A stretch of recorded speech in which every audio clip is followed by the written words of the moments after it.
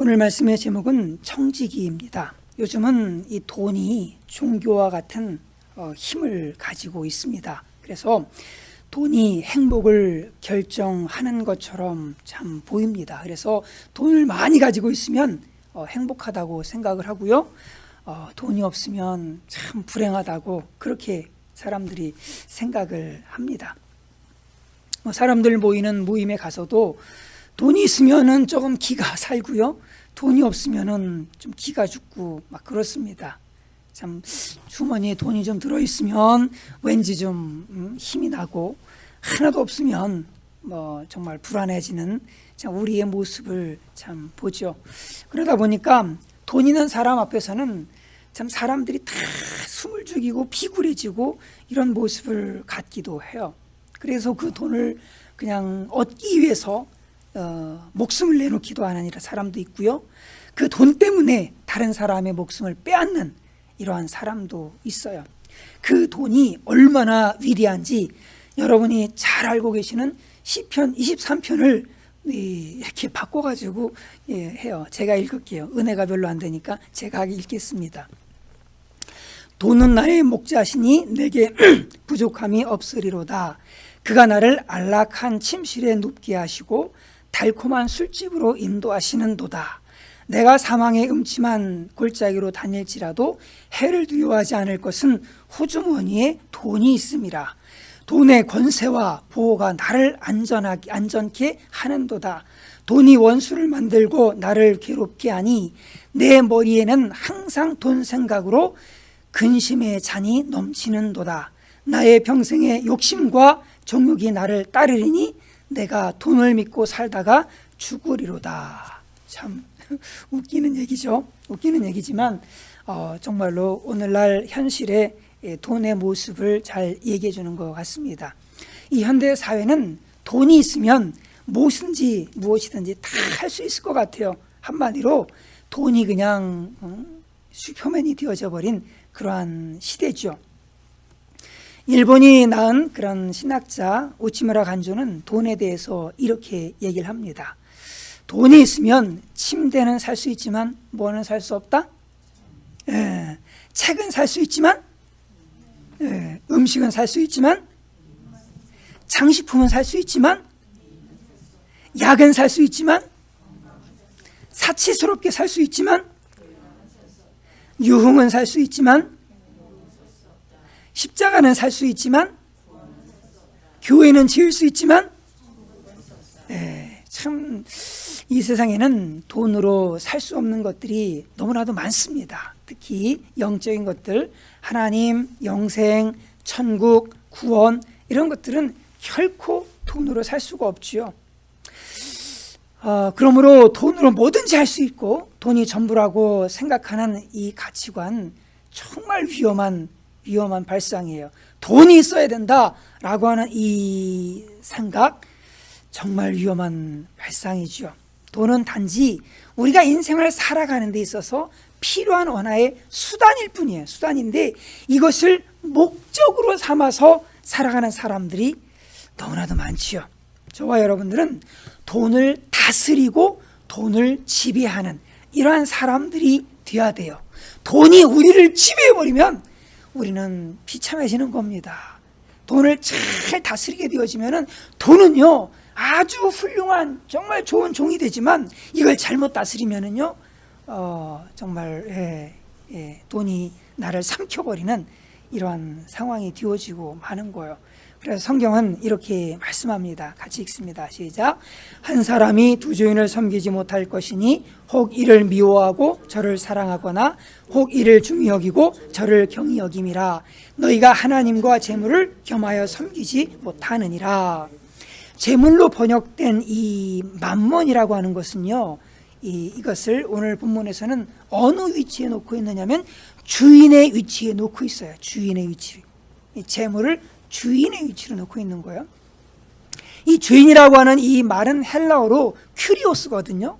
근데 이것은 우리가 주님을 찾을 때 부르는 말과 똑같은 말이에요. 그러니까 맘몬이 뭐가 돼버린 거예요? 주님이 돼버렸다라고 하는 거죠. 예수님께서는 이 맘몬이 주인의 자리, 주님의 자리에 올라가 있는 이것을 지금 말씀해 두고 있는 거지요.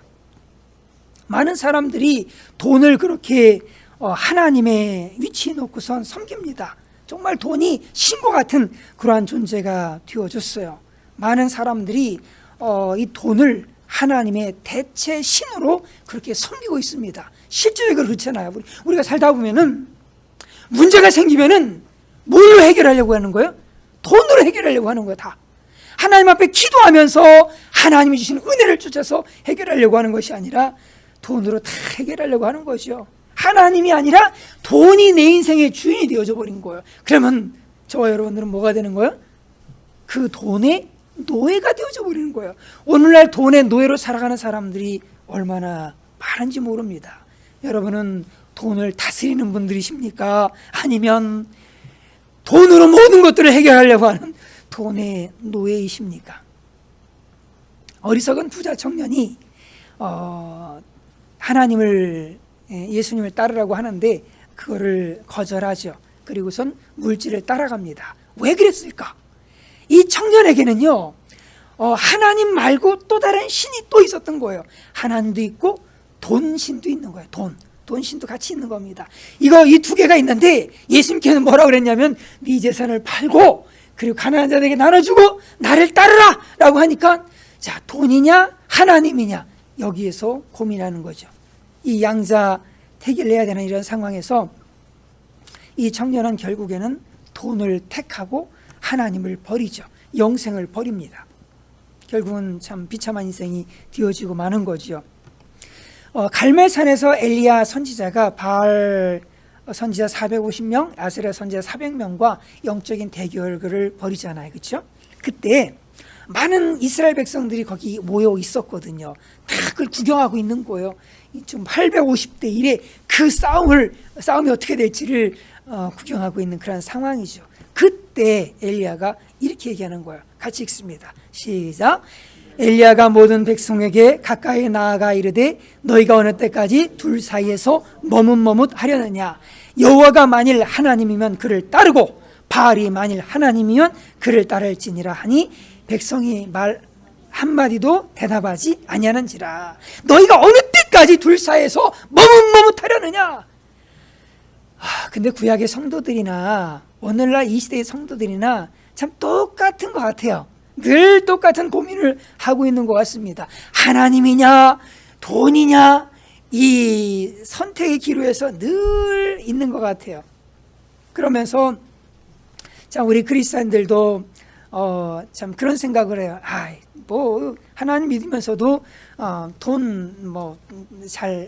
하나님과 돈을 같이 잘 섬길 수 있다고 그렇게 생각하면서 사는 그런 사람들이 있어요. 그러다 보니까 늘 양다리 걸치고선 그냥 이러지도 저러지도 이렇게 할까 저렇게 할까, 이렇게 하자니 돈을 손해보는 거고 또 이렇게 하자니 또 신앙적인 손해가 오고, 그러다 보니까 늘 고민하고 갈등하고 망설이고, 참 이런 분들이 의외로 오늘날 많은 것 같아요.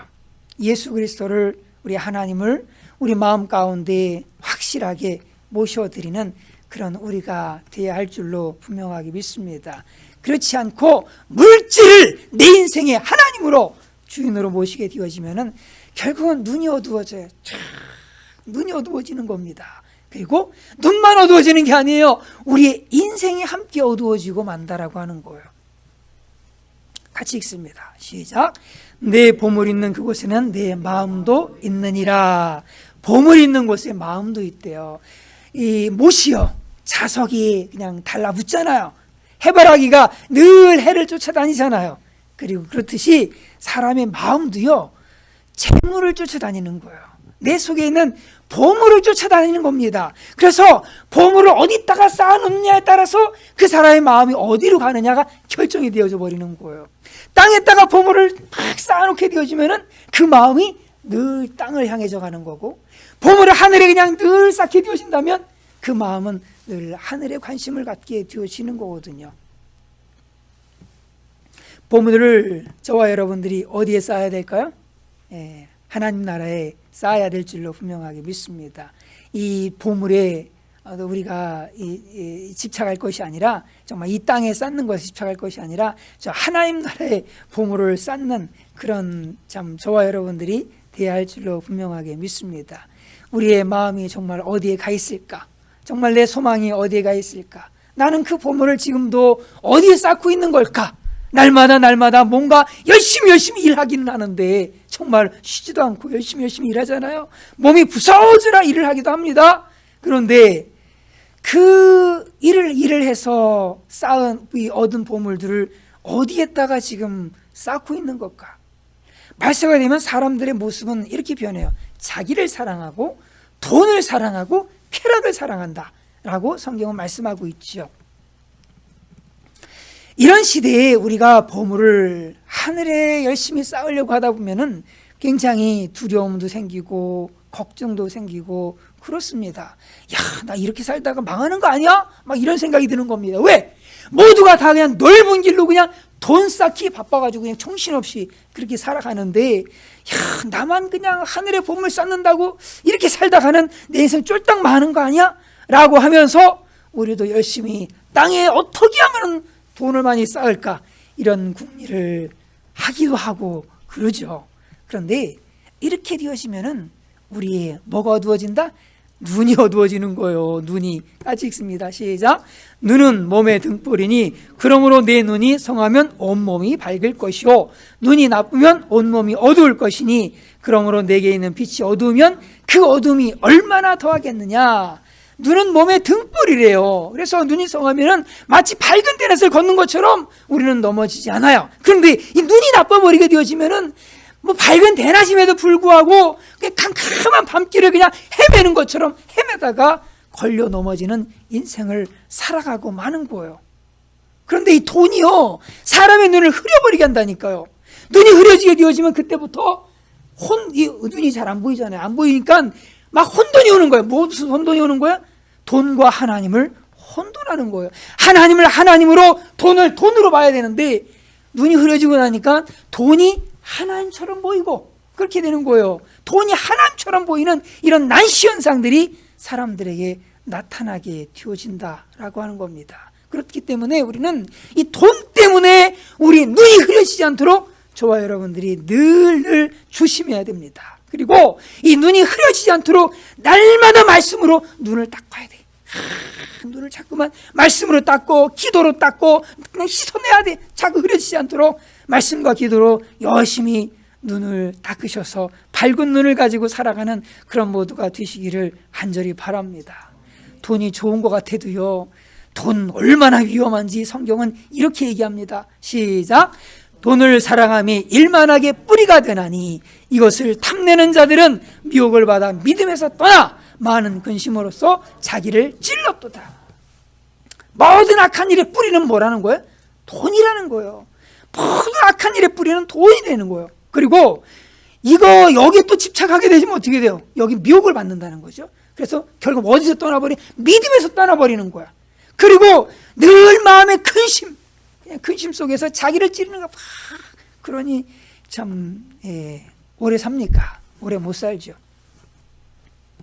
동서고금 재물에 대한 욕심 때문에 망한 사례들은 이루 헤아릴 수 없이 많지요. 성경에서 보게 되어지면은 에서는 팥죽 한 그릇 때문에 장자의 명분을 팔아버리잖아요. 그 귀한 가치를 말이에요. 또 소돔과 고모라가 유황불로 심판받을 때는 롯의 부인이 아이고 저기에 내 재물들, 금은보화들, 아이고 내 참 귀금속들, 참 갖고 나오지 못한 그것에 대한 물질에 대한 미련 때문에 소금기둥이 돼버리고 말잖아요. 아가는 여리고 전투에서 말이에요, 의복과 금과 은을 탐내가지고 결국에는 그것 때문에 온 집안이 다 망해버리고 말잖아요. 가룟 유다 은 30이 이게 뭐라고? 그것 때문에 예수님을 팔아넘기잖아요. 아나니아 삽비라 그 탐심 때문에 성령을 속이다가 함께 죽고 말잖아요. 이처럼 돈이요, 사람의 눈을 그냥 막 어둡게 해서 인생을 망하게 만든다라고 하는 거예요. 전라남도 장성에 황금제라고 하는 고개가 있대요. 근데 이 고개에 마음씨 착하고 의 좋은 형제가 살고 있었는데 어느 날은 함께 이 고개를 가다가 동생이 돌멩이만한 그냥 큰 금덩어리를 발견을 한 거예요. 예, 그냥 큰 돌멩이 같은 금덩어리를 발견한 거죠.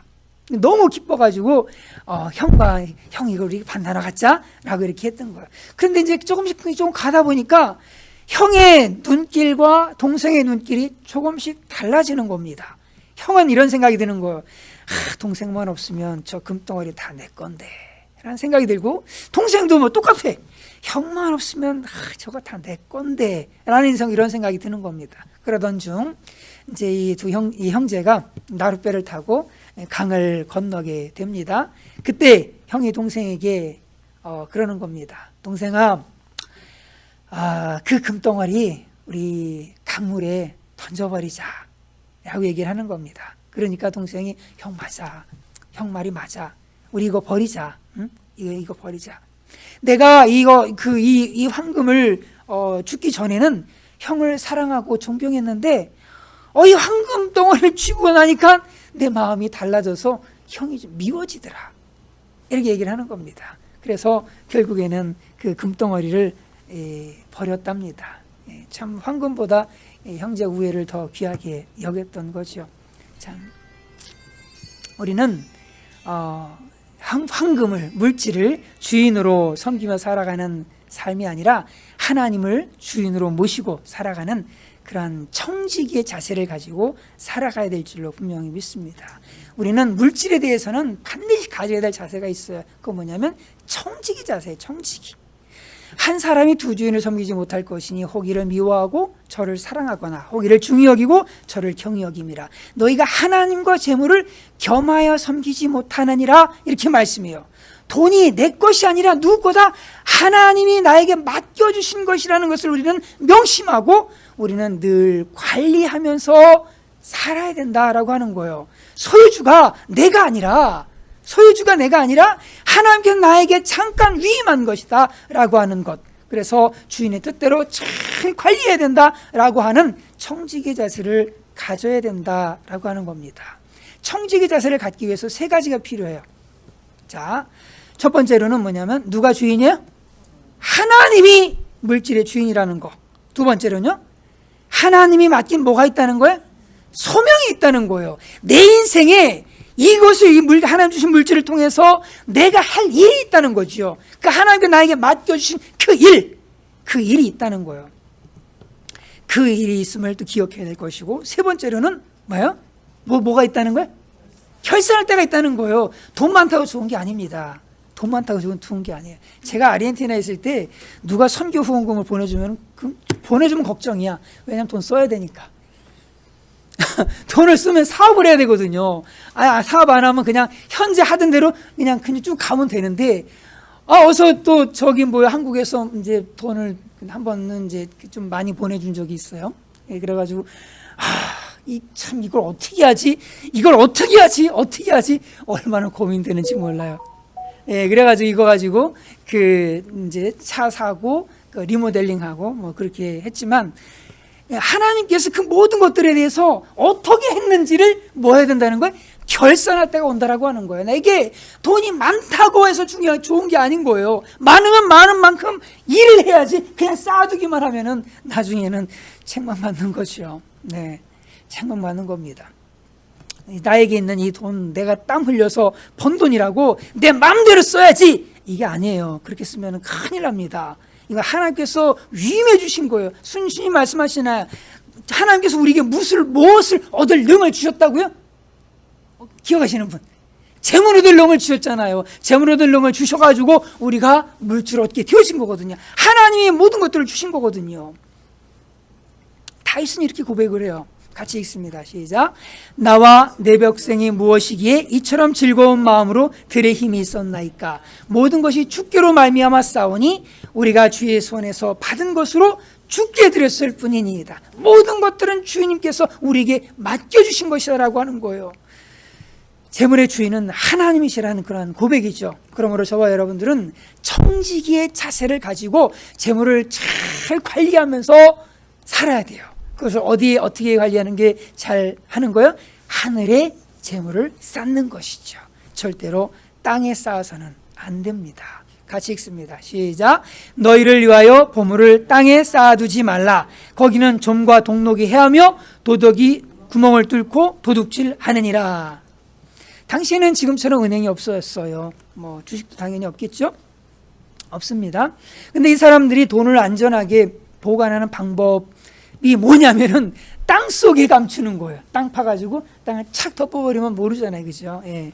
땅 속에 금은보화를 묻는 겁니다. 거기에 가장 안전하다고 생각을 했어요. 그러다 보니까 마태복음 25장에서 그 5달란트, 2달란트, 1달란트 이렇게 비유가 나오잖아요. 그죠? 1달란트 받은 사람. 이 1달란트 받은 사람이 그 달란트를 어디다 감췄을까요? 땅에다 감춘 겁니다. 이렇게 땅에 감추어 넣었나이다. 왜? 땅이 가장 안전하니까. 예. 그럴 뿐만 아니라 그 감추인 보화를 해내야 된다. 그 이때도 어서 이 보화를 찾죠? 땅에서. 밭에 감추인 보화, 땅에 숨겨진 보화라는 거죠. 천국은 마치 밭에 감추인 보화와 같다. 당신은 보화들을 어디다가 숨겼다는 거예요? 땅에다 숨겼다라고 하는 거죠. 예. 그런데 예수님은 이렇게 땅에다가 보화를 쌓는 사람들에 대해서 경고해요.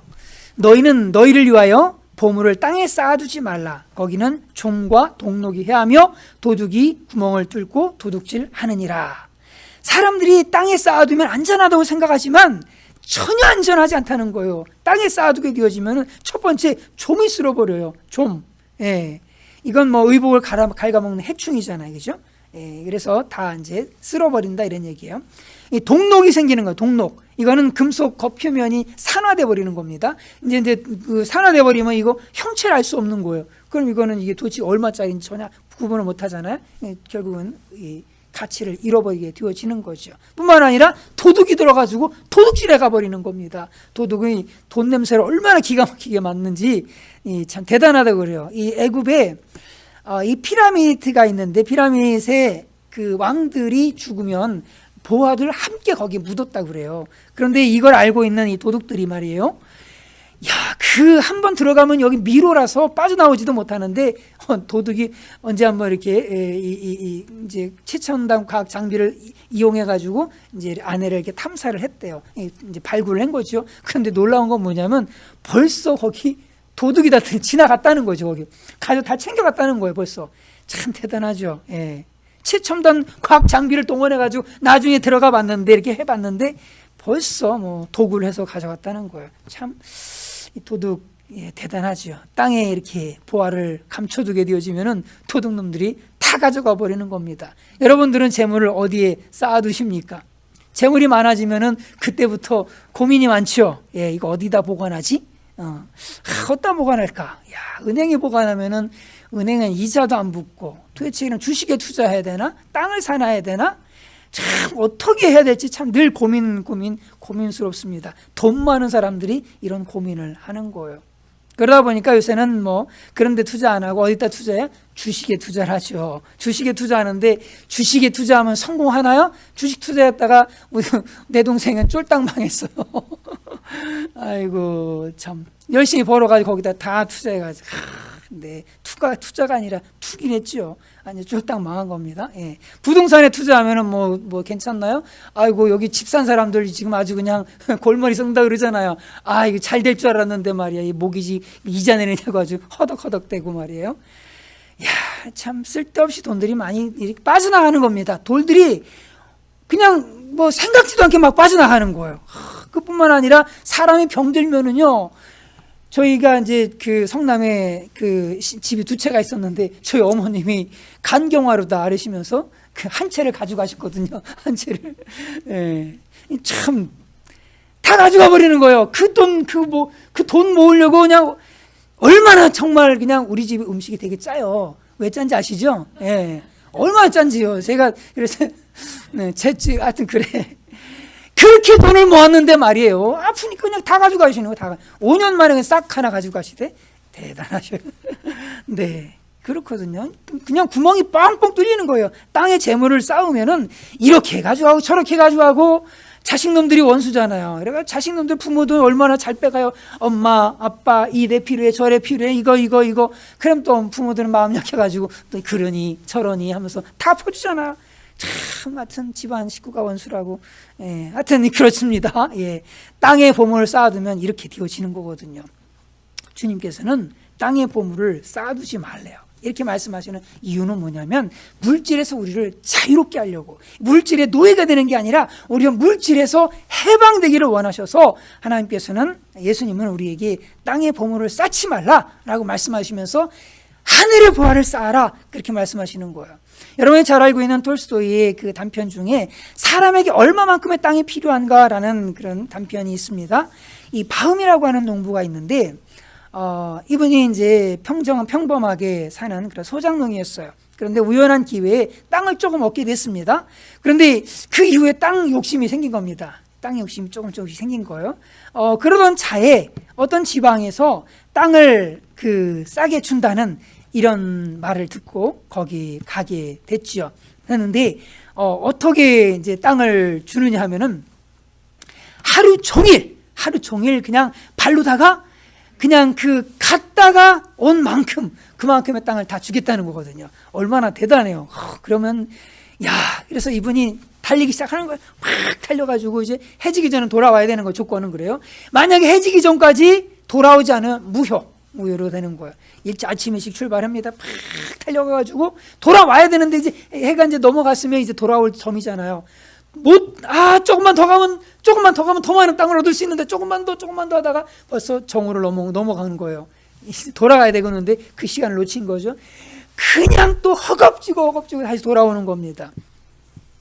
돌아왔는데 돌아와가지고는 심장마비로 죽어버렸어요. 심장마비로 피를 토하면서 죽었답니다. 그래가지고 그 바움의 그 하인이 땅에 묻었어요. 땅에 묻었는데 그 사람에게 겨우 필요한 땅은 2m 조금 넘는 규모의 땅 정도밖에 되지 않았던 거죠. 사람에게 정말 그러면 얼마만큼의 땅이 필요하냐? 2m의 땅밖에 필요하지 않다, 이런 얘기가 되어지는 거예요.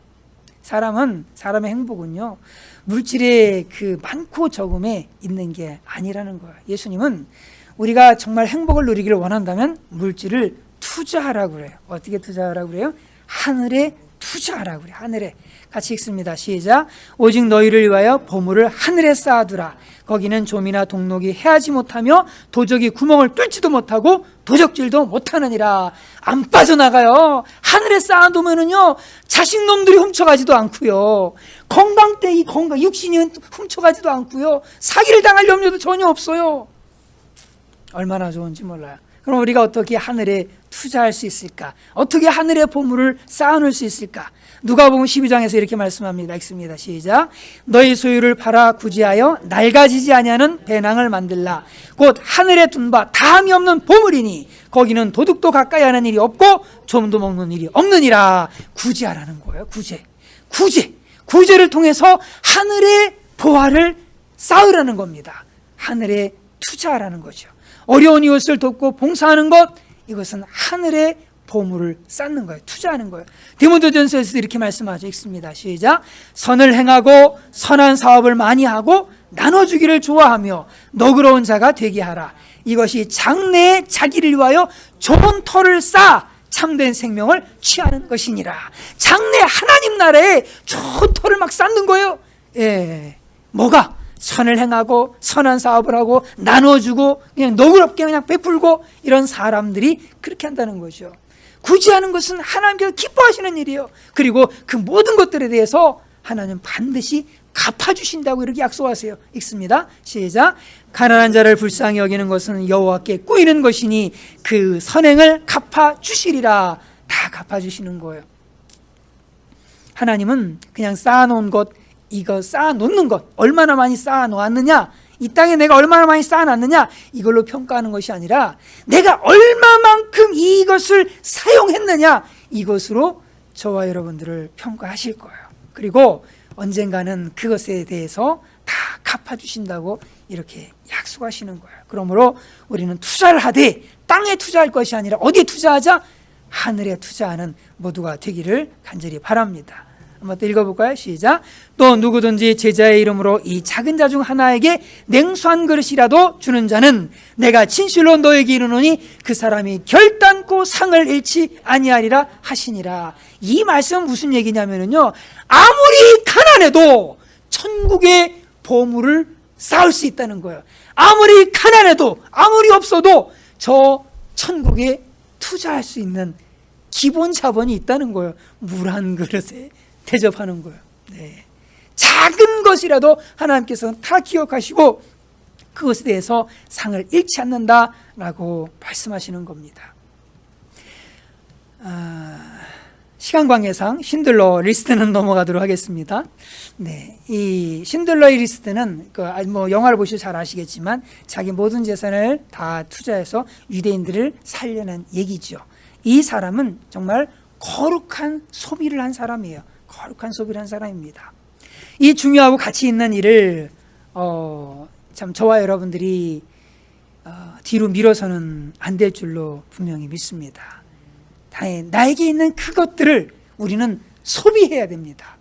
저와 여러분들이 쌓기에만 급급한 우리의 모습이 아니라 이것을 열심히 선교하는 데도 쓰시고, 영혼 구하는 데 쓰시고, 가난한 자를 돌보는 데 쓰시고, 열심히 쓰는 거룩한 소비를 할 수 있는 그런 모두가 되시기를 바랍니다. 돈이 많아지면 할게요, 그런 소리 하지 마시고, 내가 지금 할 수 있는 작은 부분에서부터 거룩한 소비를 할 때 우리 하나님께서는 놀라운 축복으로 함께 해주실 줄로 분명하게 믿습니다.